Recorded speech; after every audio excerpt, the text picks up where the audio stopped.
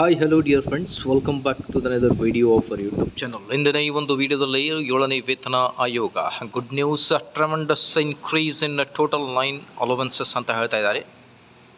Total ಆಗಿ 9 ಅಲೋವೆನ್ಸಸ್ಗಳನ್ನು ಈಗ increment ಮಾಡ್ತಾ ಇದ್ದಾರೆ.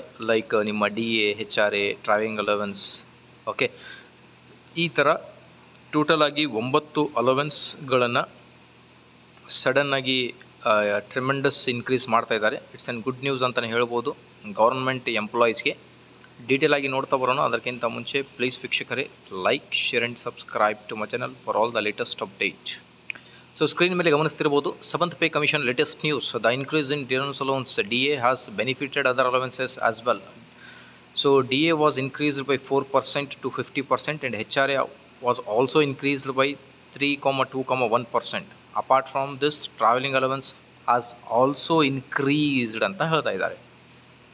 ಅದರ ಜೊತೆಗೆ so the month March was very good for the central government employees. The union cabinet approved 4% increase in dearness allowance ಅಂತ ಹೇಳ್ತಾ ಇದ್ದಾರೆ. ಅದರ ಜೊತೆಗೆ revision was also done in HRA.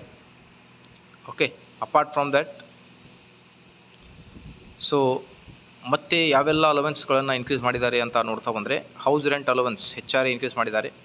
CAA children's education allowance, ಅದಾದಮೇಲೆ child care special allowance, hostel subsidy, TA on transfer, gratuity limit, dress allowance.